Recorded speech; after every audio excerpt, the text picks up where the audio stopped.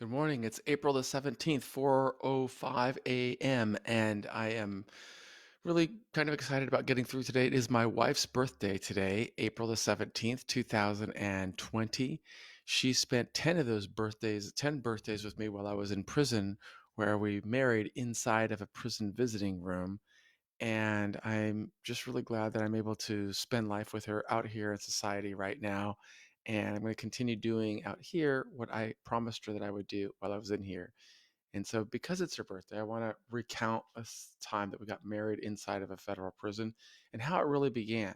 I'd like to say it began, right at that start of that journey when we got married on April the 7th, on June the 24th, 2003. I was in the Fort Dix Federal Prison. I'd already been in several prisons by then: the United States Penitentiary Atlanta, FCI McKean, Ferreton, New Jersey, and then I was in Fort Dix, New Jersey. I'd had about 15 or 16 years of prison behind me, and she came into my life.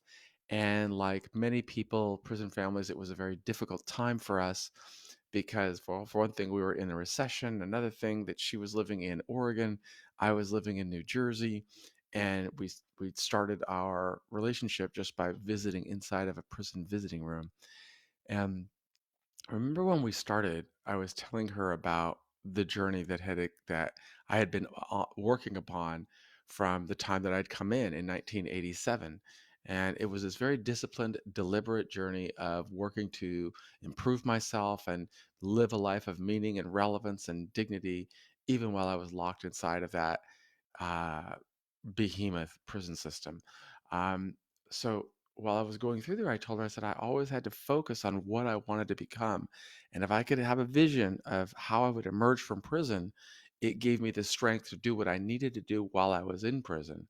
And I told her that it was those kinds of decisions that started at the very earliest stage of my journey that even made it possible for the two of us to start building our life together at that time. And she didn't really gather the concept, because from her perspective, she just wrote me a letter. She wrote me a letter in February of 2002. It was. And was it February? Yeah, February of 2002. I was at the Fort Dix jail prison, and I'd already been incarcerated for 15 or 16 years at that time. And by then, I'd done a lot of things in prison. I told you that in one of the previous videos, I told you that I'd read this book by Socrates when I was still locked inside of a jail, and it completely inspired me to change the way that I think and to change the things that I was doing. Not only because I was in prison, but what was going to influence the rest of my life. So I set this goal in there that I said I'm going to focus on three things the whole entire journey of prison. One was to focus on education. Two was going to be focused on contributing to society, and three was going to be focused on building a support network. And that was a very methodical, deliberate plan. It was going to be my compass that would guide every step that I was in there. And because I was on that step, I told her I was able to get into school, and just by writing letters, because they'd seized all the money that I'd had as a from my crime, and I was starting with nothing. So I began writing letters to universities, asking them to admit me to get into school. And as a result of writing dozens and dozens, or possibly hundreds of letters, I finally found a university where I could begin working toward an undergraduate degree. And while working towards an undergraduate degree, I no longer felt like I was just a prisoner. I felt as if I were doing something meaningful and measurable, and it was very clear. I was climbing my step out of the prison with every paper that I wrote, with every book that I wrote, with every new concept that I learned. And I was learning how to write sentences and turn them into paragraphs, and then write articles, and that helped me build a stronger support system. So I was able to now penetrate the wall, or transcend the wall of the penitentiary, and start connecting with people outside. And that process led me to build a team of mentors, and they'd come to visit me in prison. And by the first year, I'd had a really good mentor. His name was Dr. Bruce McPherson. He was from the University of Chicago, and he helped me immensely develop my skills as a writer and as a communicator. And I was always tasked and challenged with doing work. And that work led to new opportunities. The harder we work and improve it upon ourselves, the more opportunities we open. So there were things that I could do later on as the months passed and the years passed that I wasn't able to do in the very beginning of my sentence. In the beginning of my sentence, I wasn't able to write an op-ed article, for example, because I didn't know how to write coherently. I didn't know the rules of grammar or English or framing concepts or structures. So I had to just keep rolling and learning. But by learning, eventually I got my degree in 1992 after 4 years, the first degree, and then I wanted to go continue on and advance my degree further. I was always that concept, and it was this concept of incremental goals. It was then getting into graduate school at Hofstra University in New York that allowed me to start studying toward a master's degree. And when I began studying towards a master's degree, I began expanding my network further. I began publishing more. And by publishing more, I met more people. And then by the time I was in my 10th year or so in prison, I'd had a master's degree, I was a published author, and I was really advancing through the prison system in ways that made a huge difference in my life, because I wasn't only confined in the prison. Through my work, I was extending out beyond the prison. And I think it was in 2000, by 2001, I had several books that I was publishing, and they were being used in universities across the country. And because they were being used in universities across the country, students were reading them. And this was like the dawn of the internet, the first innings of the, or the first, pitches of the internet, so to speak, was very early. And people were researching and searching. And some of the people were researching, who's this guy from prison that's writing articles or chapters about prison. And hey, Troy, I'm surprised to see you up or reading. Yeah, I'm writing this. I'm responding to a comment right now from Troy Borner, who says, "Hi, Michael. I'm glad you're back to posting videos online." Yeah, Troy, I'm actually back to posting videos online specifically because I'm rebuilding myself and having to be resilient. And this is what got me through, as I was trying to build a support system outside, and I'm continuing. But I'm telling the story right now of how I met Carole. Today is her birthday, and I want her to know how much I love her and how grateful I am that she's been with me from the time that we got married inside of a prison room. So let me continue that story. In any event, um, because I was publishing and writing from a prison, people outside were reading the work. They started to write me, and they started to research me. And one of the places they researched was where I went to high school at Shorecrest in Seattle, Washington. And I graduated in 1982. And in 2002, Carole was coordinating the 20-year reunion. So she was probably working on that a year before. It was published online, and somebody wrote to the university, the school, to inquire, is this the same Shorecrest High School where Michael Santos graduated? Since she was coordinating the website and coordinating the planning of this, she said, yes, why are you asking? And he wrote that I was in prison, and that he'd read my book or read some chapter that I wrote or something along those lines. That prompted her to write me a letter, that prompted us to have a correspondence, that prompted us to have a romance in prison, a friendship, and then a romance in prison. And she became a huge advocate for me. And we built our life, and we got married while the country was going to war in Iraq. Was it Afghanistan? No, it was Afghanistan first. And they'd closed visiting down for everybody except the immediate family members. And it was for that reason that we got married in there. Well, we were in love, but also we had to accelerate the plan of getting married. And so we've been together climbing through challenges and struggles for, well, since 2000, since she came into my life in February of 2002. And I didn't get released from prison for 10 years until August of 2012. I transitioned to a halfway house, and then in, I guess it would have been around February of 2013, I transitioned to home confinement, and I was released from the Bureau of Prisons in August of 2013. And that's when I began building my business with Carole. And we had an amazing experience. I remember visiting with her at Fort Dix in, I think it was New Year's 2003 is when she actually moved there. And I remember telling her that, if we follow this path, in 5 years, our life is going to be very different. In 5 years, if she follows if she adheres to the same principled, deliberate path that I am on, in 5 years her life will be different. Regardless of where we are, she'll be able to reinvent herself and develop strength and confidence and a stronger life. And that's what really we both wanted for each other. We wanted to be strong and independent and be able to control ourselves, even though I was locked inside of a federal prison, and even though I was going to be in prison for 10 more years. And I remember holding up her life. I said, these principles are going to change your life. And what were the principles? It's the same things that I've been talking about since I started this little video series 5 days ago, and that I'll continue doing every day, because now I'm having to reinvent myself again.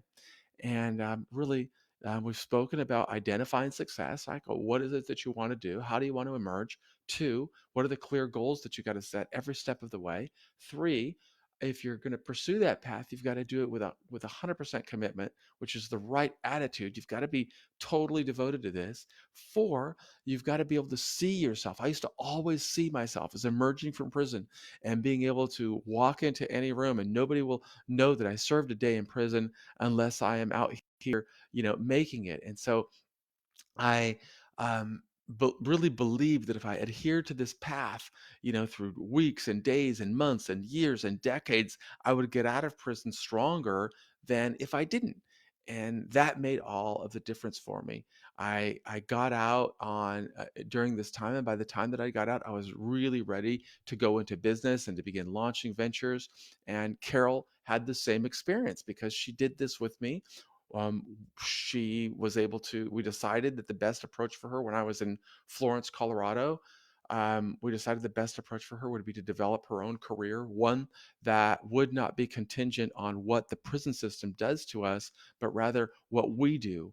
And she focused on, she said, okay, I'm going to become a nurse, because if I become a nurse, I can go to work anywhere, regardless of what the Bureau of Prisons does to me. We'd be able to transfer, and she would immediately be able to come and go to work. And because it was a difficult time, it's very difficult for the wives of people in prison to build their lives, because they, first of all, they're committed to going to see their loved ones in prison. And of course, we're very needy as prisoners. We want to have a lot of attention, and we want to have visits, and we want to write letters, and we want to keep this relationship going. And yet she's having to manage the world outside. So I was always so grateful to have her in my life.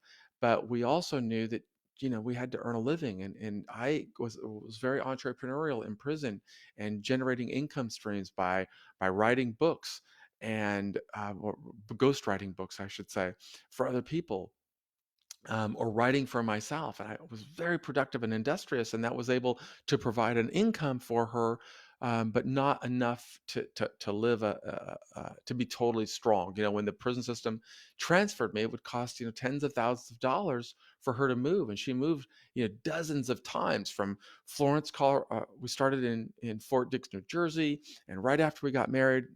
I would say we got married in June of 2003. I think it was in October or November, just before Thanksgiving, they locked me up and put me in the hole because of my work. At least that's what I thought it was, but it was actually they dropped my security level and were transferring me to a minimum security camp in Florence, Colorado. And it was devastating to our young marriage. Carole had just moved to New Jersey, and now I was in Colorado, so she had to move with me to Colorado, or she wanted to, and I wanted her to. So we used the resources that I'd accumulated for her to move to Colorado.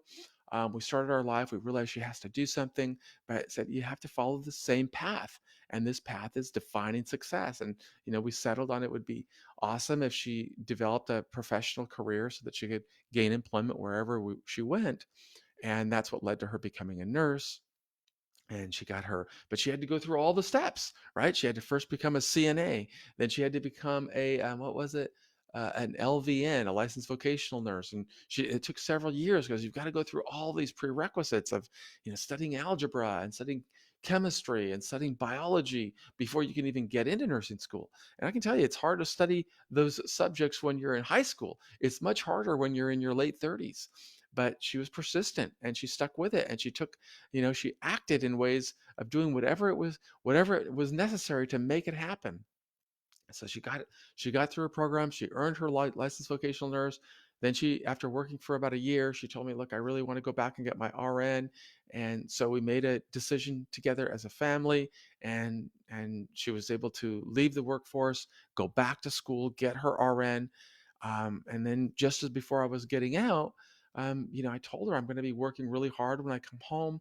Um, it's probably a good idea if you stay focused on something strong. And she decided to go back to school and get her master's degree. So while I was starting to build my career, she was starting to enrolling at the University of San Francisco in a program that would lead to her Master of Science in nursing. And then she became a nursing professor. I'm just so impressed and proud of her because like we're suggesting that you do or anybody does, if you're facing a challenge, if you're going through a struggle, you've got to be resilient. You've got to make things happen on your own. You can't wait for the world to happen. And really, this is the reason that I'm so impressed with Carole for doing so much to to make life happen.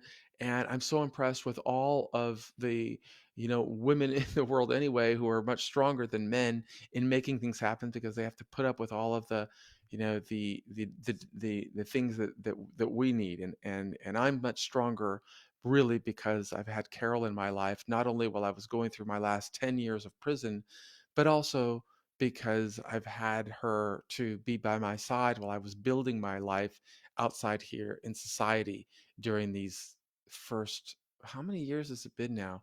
I mean, I was released from prison in 2012 of August, but I wasn't really released because I went to a halfway house and I had to deal with all of those complexities in a halfway house.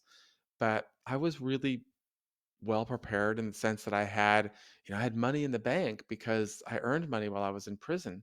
And even though I was supporting Carole, I was able to walk out and I had, close to 100 grand in the bank. And that really made all the difference because I wasn't pressured to have to go get a job. I wasn't pressured to, wonder how I'm going to get my meal or what I'm going to wear. I immediately, the first weekend, I bought computers and then I had to learn the internet and learn how to manage my websites. And it was slow because it was a tough challenge for me because when I went to prison there was no internet, there was no email, there was no cell phones. So I had to come up to speed really quickly, and I followed that same path of just taking action, of just being willing to invest the time and the energy to learn. But because of that, I was also, because I wasn't pressured to jump into something that would have taken my time and because time is really the one commodity that all of us have that it's so limited. We have to work it, we have to use it effectively. I had to use my time and say, well, what's going to happen for me? And for me, I'd set this goal. I said, in the first 5 years, I remember telling Carole, I'll have my first $1 million in assets. I'll take the whatever the 100 grand I had when I got out of jail, I'm going to multiply it times 10 in assets. And I remember her telling me that that was going to be really difficult because it's going to cost a lot of money just to get set up. But it's really about investing. It's really about using all of your critical thinking skills so that you're using your time in the most effective way and using your resources in the most effective way. And certainly it was true that I'd have to deplete the 100 grand by maybe 30,000 or something like that to get settled because I didn't have any clothes. I didn't, we didn't have a place to live. We didn't have any of that. But just focusing on what I had to do, I could make very deliberate decisions. And by buying a computer and investing time and energy to learn, I could develop a presence. I began generating an income. I began building a relationship with investors and raised capital that would allow me to get involved in real estate. It just so happened to be the right time to be getting involved in real estate because we're just coming out of a recession, and I began acquiring assets that grew in value and repeating the process, getting financing, getting credit, and growing. And within 5 years, I didn't have 1 million in assets; I had 5 million in assets, and all was going well until I had this challenge with the Federal Trade Commission um, because of an investment I made in a friend of mine's company, a friend that I met in prison, and that guy later got targeted. And because of my background, I got swept into it, and it cost me all of my assets. But not a big deal because I'm building again and rebuilding again, and I'm going to use all of the skills that I've developed, not only while I was in prison, but during my first 5 years of liberty of building businesses and developing technology. And this time I'm going to follow a pattern to make it much more documented. That's why I started this journal, is because it may not be important to other people, but I know that or I'm very confident that in a year and in 3 years and in 5 years, I will again emerge with numerous business opportunities. And I want to document how I got there. And it was really by doing the same steps that I'm telling you. You've got to define success. You have got to create a plan that is going to take you from where you are to where you want to go. You've got to put your priorities in place, and then you've got to execute your plan every single day. And I am just grateful to have had the opportunity to do this with my wife, Carole. And I am going to continue documenting the story here, because this is a path that has worked for me through the darkest days when I was serving a 45-year prison sentence. And it is what empowered me and gave me strength and inspired me every single day to get up and do it again. And that's what I'm doing right now. It's now been 20 minutes or so that we've been on here. It's 4:25 in the morning on Friday, April the 17th, my wife's birthday, and I'm wishing her a happy birthday. And I'm saying I love her to the world, and I will continue working to prove worthy of all the gifts that you have given me over these years. Thank you, and we'll be back tomorrow.